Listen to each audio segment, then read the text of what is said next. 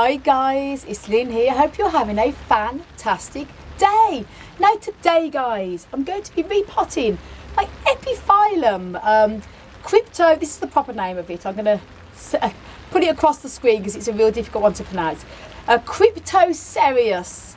It's one of the Epiphyllum commonly known as the zigzag cactus, as you see here. Has its lovely zigzaggy stems, which is absolutely incredible. We have a couple of these. There's a few different types that are all under that category, zigzag cactus, and they're all different types of flowers, but they are part of the Epiphyllum family.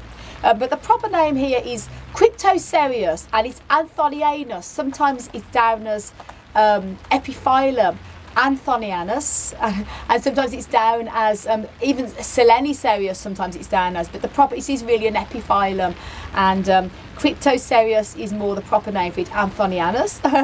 And this is quite a remarkable plant. It is gorgeous, and we have another one similar to it that we have in a hanging basket already up at the top. But that one has more rounded leaves. This one has slightly more, a little bit more sort of pointy leaves, and slightly different stems, but absolutely gorgeous, as you can see. And it's time to repot it. The roots are starting to come through the bottom, and it's very top heavy.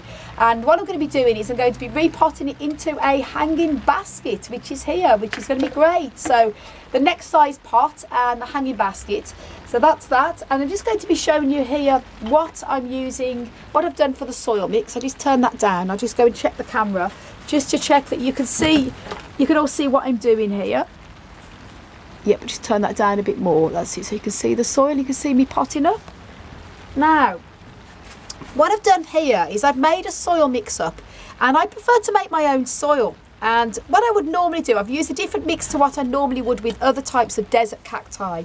With the desert cacti, which are the ones that are not epiphytic, Epiphyllum is an epiphytic cactus, so Selenicereus, Hylocereus, and all the schlumberdeers and all them type are epiphytes that love to hang growing from trees. So they don't need the sandy, dry cactus mix that normally the desert types do. And I usually, when I'm doing desert cacti, I use a lot more sand and grit and more of a loam-based soil. In this case, because these plants like more moisture, and also they grow more hanging from the trees, I've used more of a peat-based soil. Now I've made a bit of a mixture up here. I've used a small amount of loam-based soil, and I've then used more peat. As you can see the difference here, this is more the loam-based soil, and this is the peat-based soil. Now this is just like a pure peat-based soil here, nothing else added to it. And I've mixed the loam and the peat together with some perlite for extra drainage. I'm going to mix all this together now.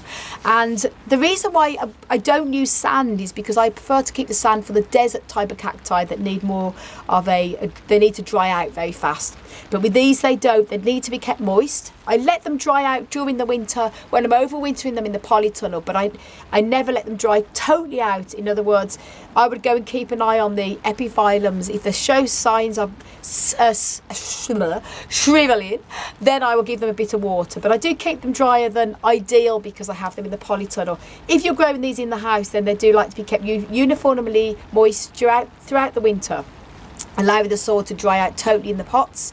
And I have already made a video on how to grow and care for Epiphyllum cactus plants and all the epiphytes in general. That's Ripsalidopsis, Schlumbergera, Ripsalis, and all the many others. There's quite a few, so do go and check that video out. Links up above. The video description is going to be coming over the screen now at the top, so do go over and watch that video if you want to know how to care for these type of cacti. It's a completely different care routine to normal cactus plants, so just to let you know that. And as I say, I'm using a lot more peat in this soil because they're like more of a peat-based soil than the desert type of cacti do. And I've just added extra perlite for drainage, and I'm going to mix all this together. And the reason why I've made a lot of soil is I'm going to be potting another plant after this one and do a separate video on that one too. But I've got another Epiphyllum type cactus as well, which is quite unusual. So I'm going to stay tuned for a video of that one. And mixing all that together, so you want to make sure that the peat and a bit of the loam and the perlite is all mixed. Now then, we put in the soil. Now when it comes to repotting any type of plant in general, especially cactus, you want to make sure I only like to use the next size up. As you can see, that's that was the size of the original pot there. This is the next size up there, so it's a much bigger pot, but not too big where it's going to cause root rot. And these ones there, you want to make sure you get a good couple of 2 to 3 inches of fresh soil in the bottom there. And then I'm going to be gently potting on. Now what I'm going to be doing is gently loosening the soil, the pot I should say, just to loosen the soil like that. So you want to make sure you do as less damage to the roots as possible, and then gently pull it out. It's very easy. This one's very easy to repot. And as you can see now, when it comes to repotting plants, you want to make sure that there's no signs of any pests or bugs. In this case, the roots look great and they're not too compact or tight, so that should be able to just go straight into the new pot. Just want to double check that it's all clean in there. Yep, that's brilliant. If the roots were very compact, I'd recommend loosening them first before placing them into the pot, just to give them a bit of so they can acclimatise into the new pot better. But that's absolutely fine. And so when you are repotting, be very, very careful with the roots and the plant in general. So that's that, placing that in there. Don't know how much you can see on here. I'm just trying to turn that around so you might be able to see a bit better there. And what you want to do then, obviously, is get this soil all around the sides here, and all around, and then just gently tapping it so it falls into the side like that. And a good little tip as well is if you have a little teaspoon maybe at the bottom, as long as it's not sharp, squeeze that around there. That helps to get the soil around the edges. You don't want to squeeze it down too tight, because you want the soil to be loose enough so the roots aren't going to be too compact and they can acclimatise into the new soil and grow around it. And down there again. And as I say, gently tapping. It helps for the soil to go around the sides. So just gently tapping it down like that. So that's great.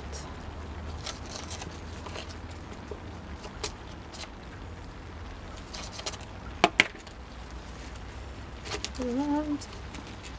You don't want to press too tight, as I say, but you want to make sure that the plant is stable in the pot.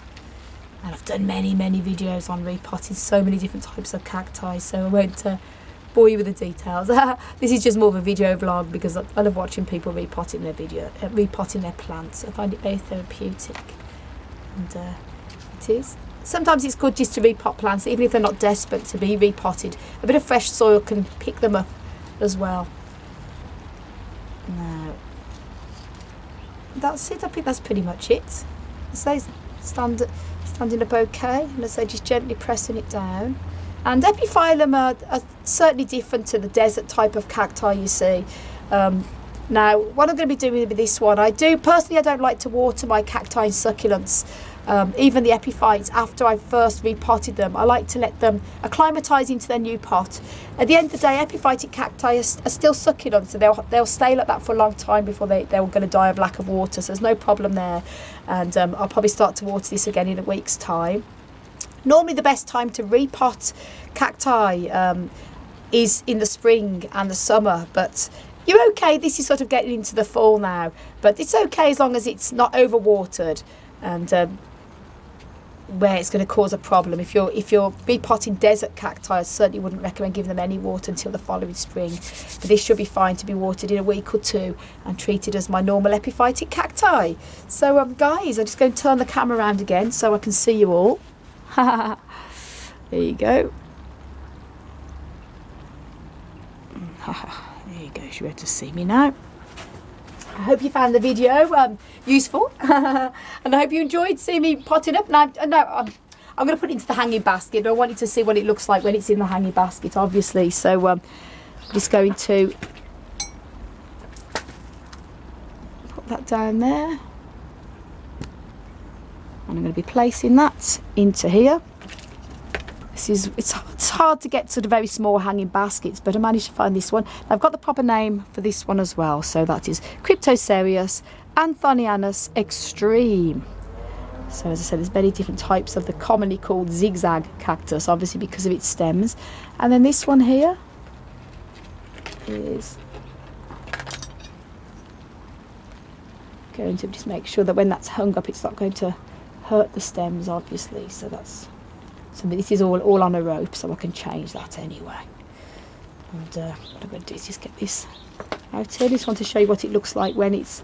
I haven't really got anywhere to hang it up yet. I'm going to have to get Honzi to do a little bit of probably a nail in the roof there, or a hook I should say. Now let me just gently place this in here. Don't want it to